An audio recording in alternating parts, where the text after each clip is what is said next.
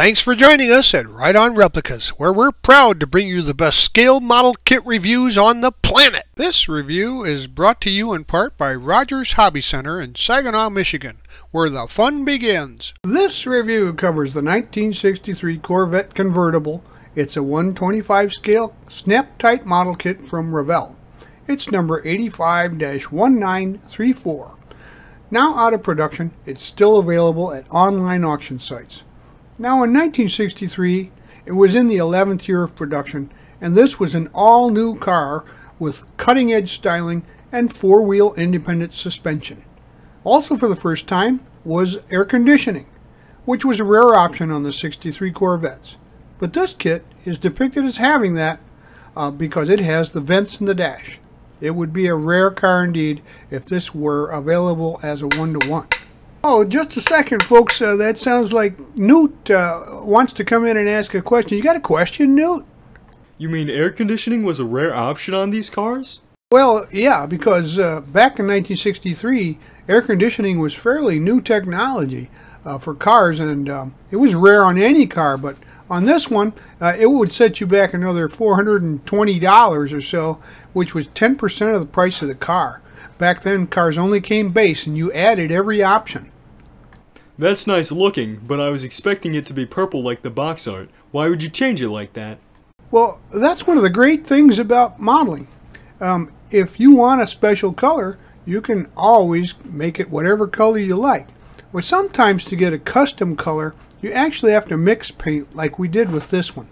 But that's, again, one of the great things about modeling is you can have it however you like it.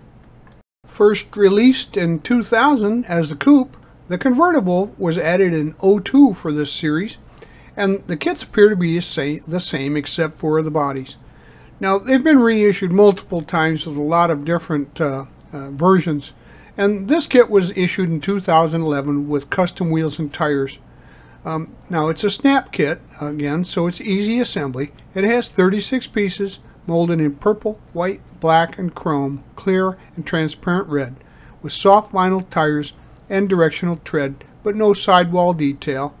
Now, the decals are stickers, not water slides, and when you're done with this kit, it'll be about 7 inches long, 2 3/4 inches wide, and 1 3/4 inches tall. Now, the body, as you see here, is molded in color, and if you clean it up nicely, it can actually be a great kit to put together with a little experience and or a light amount of guidance for a youngster. So it's an easy kit to build, and you don't even need to paint it.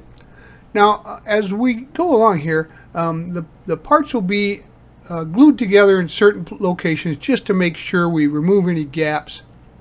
But as you see any of the products in the review that are used, please remember to use the safety guidelines that are provided by the manufacturer for those products.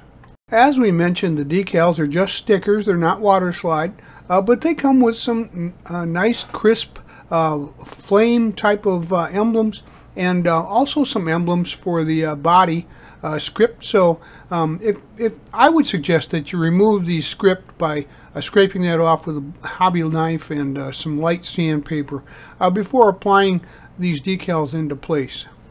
There's a couple of sink marks that are very slight on the hood there on each side, but with some sanding on the filler primer, they were removed and filled in. They're very shallow. You'll also find some parting lines on each of the rear corners there, and it extends up along the upper peak of the quarter panel. Now, they're easily removed.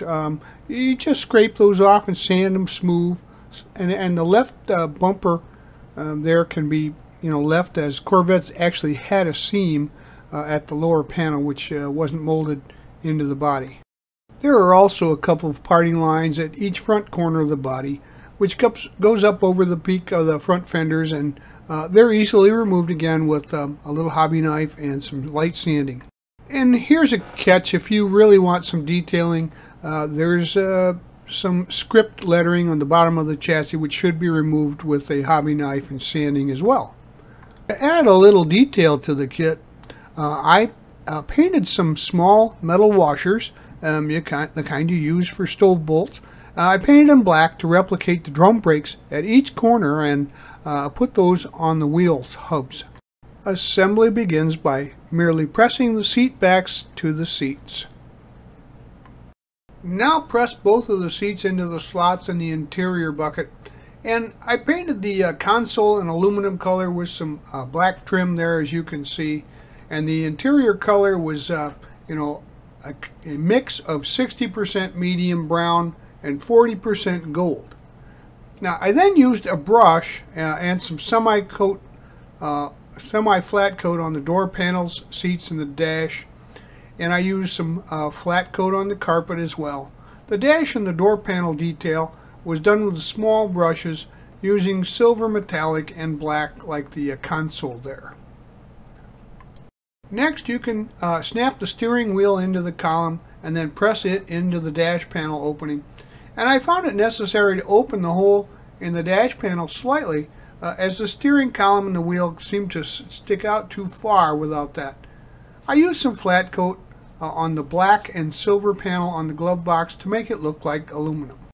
Add a little wood color to the steering wheel rim and your decals, and then add the shifter to the console in front. Now we can snap the whole dash unit into place, and the interior is complete. So we had cleaned up the body before with parting lines sanded, and I gave the car a light coat of automotive primer, Duplicolor gray, and then I used a mix of 50% medium brown, 30% gold, and 20% silver metallic to spray the body with an airbrush, and I thinned that about 60% in order to get that to go through the gun without losing any detail on the body. Now, after that had dried thoroughly, I added bare metal foil to the windshield frame and the hood trim vents. Now we can add some of the external script stickers to the model, and we're going to put the front parking lights and turn signals into place, and they just press into the corners and they fit very nicely there. Now they're really small, so here's a tip. Install these over a box so that if you do drop them, they're easier to find.